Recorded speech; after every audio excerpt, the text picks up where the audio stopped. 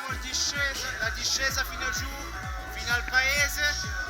Purtroppo è passata troppo veloce, guardate, hanno già fermato le cabinovie, il sole è andato via, sta tramontando, meno 12 gradi, siamo gli ultimi a scendere di quasi, infatti è tutto fermo. Come sempre! Come sempre siamo gli ultimi.